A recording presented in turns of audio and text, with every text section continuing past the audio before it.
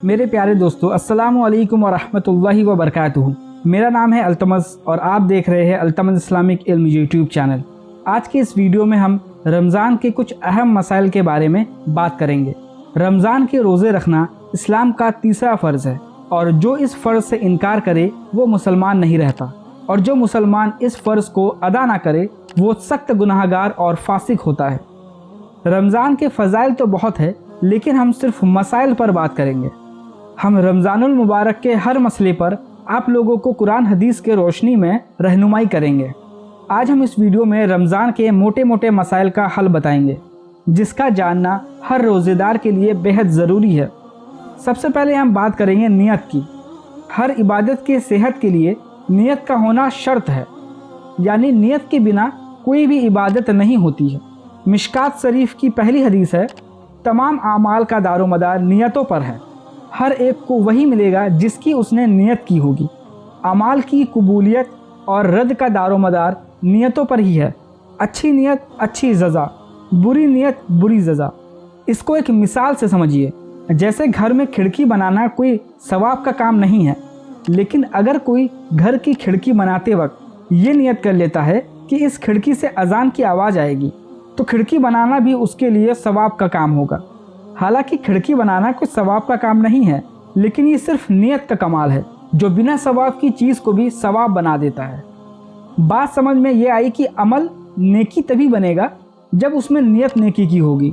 جیسے ہاتھ منہ دھونے میں نہ ثواب ملتا ہے اور نہ گناہ جھڑتے ہیں، لیکن وضو کی نیت اور نماز کی نیت سے ہاتھ منہ دھونے سے ثواب بھی ملتا ہے اور گناہ بھی جھڑتے ہیں۔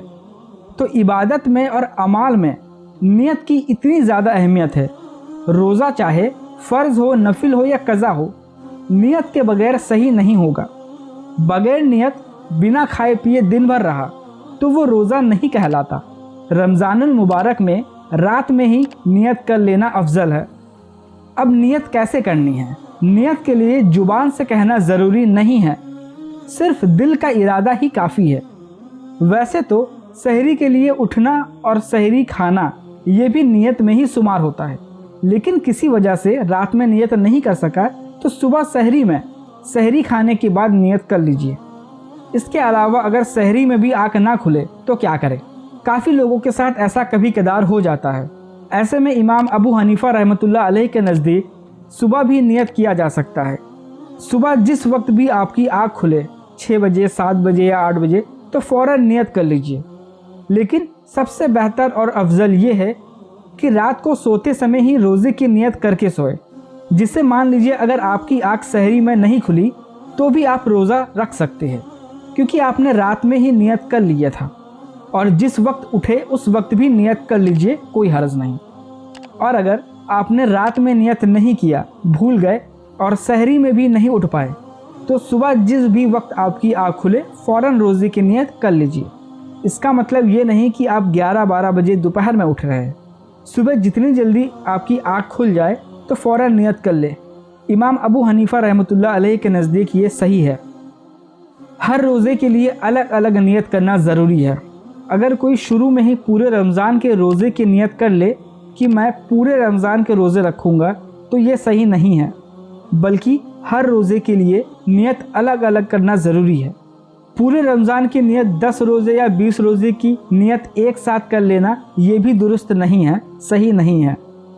بنا سحری کے بھی روزہ ہو جاتا ہے، مگر سحری کرنا سنت ہے۔ اگر کوئی سحری میں نہیں اٹھتا، سحری نہیں کرتا، تو اس کا روزہ تو ہو جائے گا، مگر وہ سنت کے ثواب سے محروم ہو جاتا ہے۔ کچھ لوگ سوچتے ہیں کہ نیت کرنے کے بعد کچھ کھایا یا پیا نہیں جا سکتا، مگر یہ غلط ہے، ایسا بالکل نہیں ہے۔ اگر کوئی رات کو سوتے سمے نیت کر کے سوئے اور سحری میں وہ اٹھے تو کیا وہ کچھ کھا پی نہیں سکتا؟ یہ بالکل غلط بات ہے۔ صبح فجر کے وقت تک، یعنی فجر شروع ہونے سے 2 منٹ پہلے تک آپ کھا پی سکتے ہیں۔ پھر آپ چاہے پہلے نیت کیے ہو یا نہ کیے ہو، اس سے کوئی فرق نہیں پڑتا۔ اس کے علاوہ حیض والی عورت، یعنی جس عورت کو پیریڈز آیا ہو، تو ان کے لیے روزہ رکھنا جائز نہیں ہے، لیکن بعد میں قضا کرنا ضروری ہے۔ جتنے بھی روزے آپ کے چھوٹ جائے انہیں رمضان کے بعد ضرور قضا کر لے۔ سحری میں تاخیر کرنا یعنی دیری کرنا مستحب ہے،